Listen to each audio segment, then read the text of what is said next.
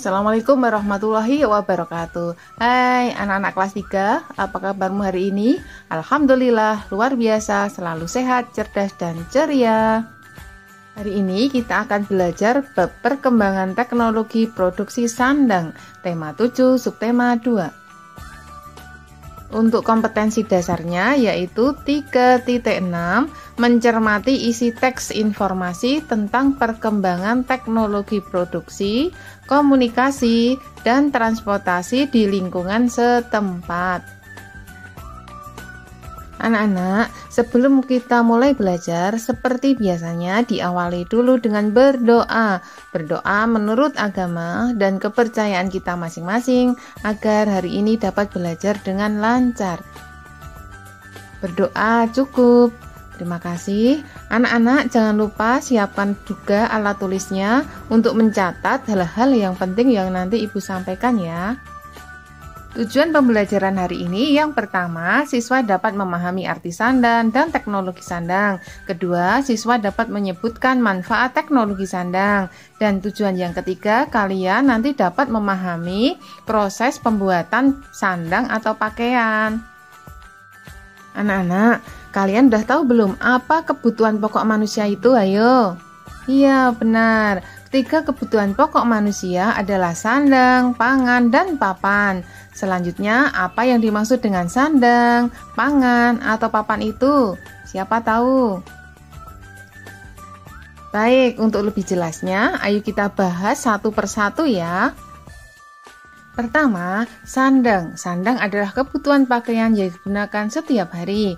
Kedua adalah pangan. Pangan merupakan makanan yang dibutuhkan tubuh manusia setiap hari juga. Sedangkan papan adalah tempat tinggal manusia itu sendiri. Kita lanjutkan, sandang tadi artinya pakaian, sedangkan teknologi sandang adalah alat yang memudahkan untuk membuat pakaian. Anak-anak, pakaian merupakan kebutuhan pokok manusia. Seiring berkembangnya zaman, proses pembuatan pakaian juga mengalami perubahan, mulai dari cara memperoleh bahan dasar sampai menjadi pakaian itu sendiri ya. Lalu, apa bahan dasar untuk membuat pakaian itu ya?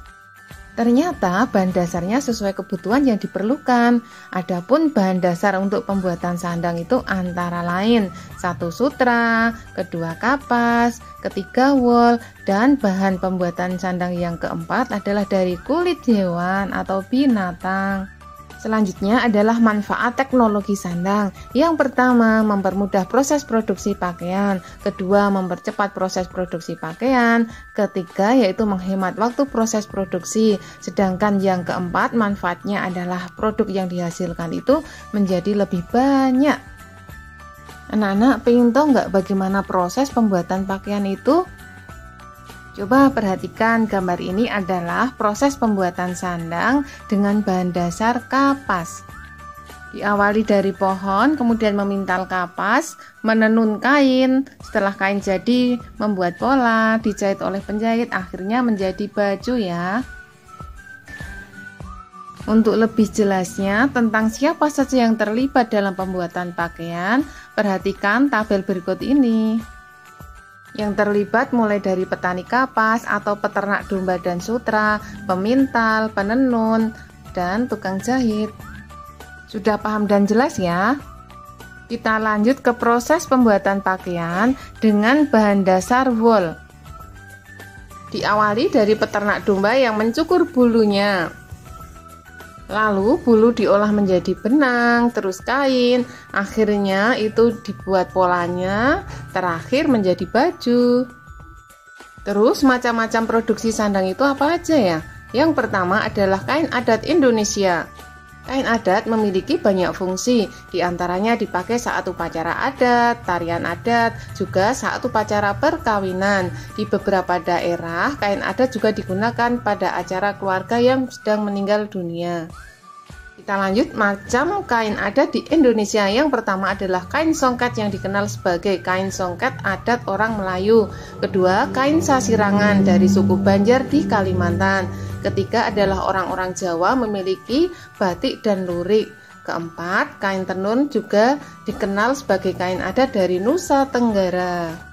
Anak-anak, kalian tahu nggak Kain adat Indonesia itu sangat istimewa loh. Kain adat dibuat dengan menggunakan bahan yang ada di lingkungan setempat. Warna kain juga berasal dari bahan alam. Kain adat umumnya dibuat dengan cara ditenun dengan tangan atau ATBM, alat tenun bukan mesin.